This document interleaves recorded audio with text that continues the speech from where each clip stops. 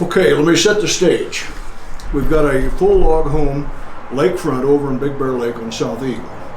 This is about 5 years ago. The seller is an attorney, a retired attorney, now widowed, widower, whatever that word is. But her husband was also an attorney, graduated from UCLA with a law degree in 1979. She is steeped in Old English property law. Okay, so that's the seller. The buyer is also an attorney named Paul, and Paul also graduated from UCLA in 1997, 20 years after that. But they studied under the same professor of law, property law.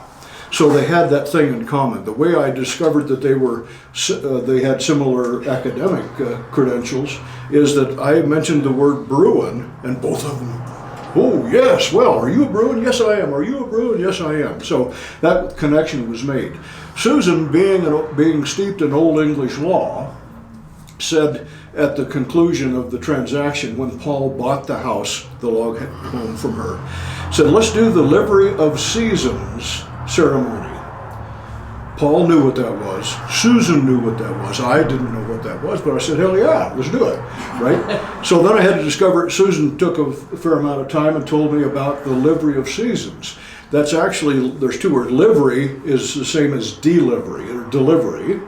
Seisins is just the transfer. So really we're talking about the transfer of property. And in old feudal England, this is started in about the year 1056, property was transferred with this Livery of Seisins. It was transferred from the crown to the owner. The feudal system says that the worker is paid in land for any work that he might have done with the crown. So that's the feudal system. This is old feudal England, right? So what happens is that the buyer and the seller, actually the lord or the high steward of the county there, and the buyer, the new owner, and a witness would be at the turf, at the ground, have to stand on that ground, or it has to be within sight of that ground in order to transfer from seller to buyer. Seller and buyer are new terms in terms of that. So that was called the Livery of Seisin, S-E-I-S-I-N, not seasons like winter and fall and all that, right? So the Livery of Seisins is the procedure. The ceremony, however, is called the turf and twig ceremony. That made me a clue for the twig and the turf here.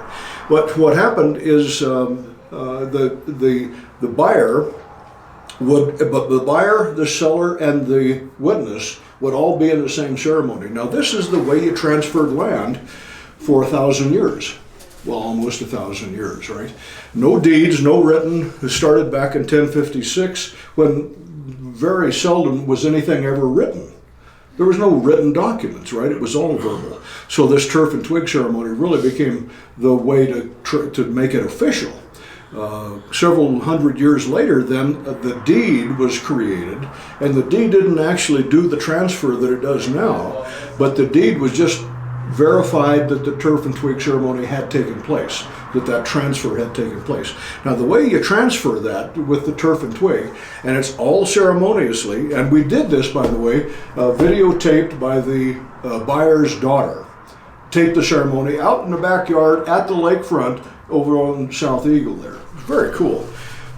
So the way you do that is the seller, the current landowner, takes, everybody's standing on the turf. They're standing there. They take the seller cuts a piece of turf out, like that. Okay. Okay. So the piece of turf, he hands it, he holds on to it for a moment. The buyer then takes 2 shillings, these are now shillings, drops it in the hole. The witness, the high steward, takes a twig from the property, if there is one. First of all, he, quote unquote, twitches the seller. You can twitch. You can twitch. And he pokes that in there. So this is where the turf and twig ceremony came from. And then the seller hands this to the buyer. Don't take it, because Okay. It's somehow dirty on I the don't want you to hit me name. with that. Right. So that was a ceremony, and then the witness. Oh, then he pokes it back in the ground, and then the witness says this: "This turf and twig I give to thee as freely as it was given to me, and I hope a loving brother thou wilt be." The high steward then takes the money out of the hole and puts it in his pocket, and the transfer was completed then. So this went on, and a couple of instances in 1682, William Penn, a very wealthy Englishman, came over to America, and in October 27 of 1682, he landed in Delaware, and there's a plaque that memorializes his thing. It says, "Near here, October 27, 1682, William Penn first stepped on American soil. He proceeded to the fort and performed livery of Seisin, and he took the key of the fort thereof.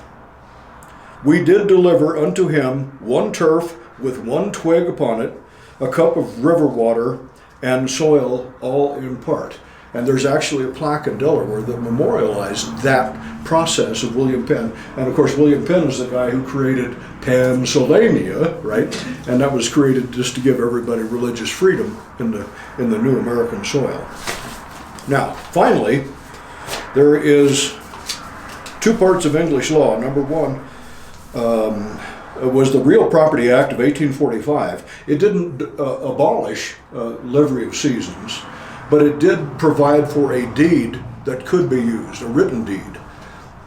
So, wow, damn, what am I going to do with all this turf now, right? But then in 1925, the Law of Property Act abolished the Livery of Seisin ceremony and replaced it with a written deed. So here, we've had a deed for a while, but for almost 1,000 years, there was nothing ever written. It was just, you transferred. It was livery of Seisin. You transferred the possession of land from him to her, from him to him. Wow. So that's what the livery of Seisin is, Old English law, and we found it absolutely fascinating to have these two lawyers agree that they knew what livery of Seisin was, but they never actually performed the turf, the ceremony. So we did that, and we have it on file now, and I notarized it and everything, that we had performed the livery of Seisin, the turf and twig ceremony. And that's part of the file. The end.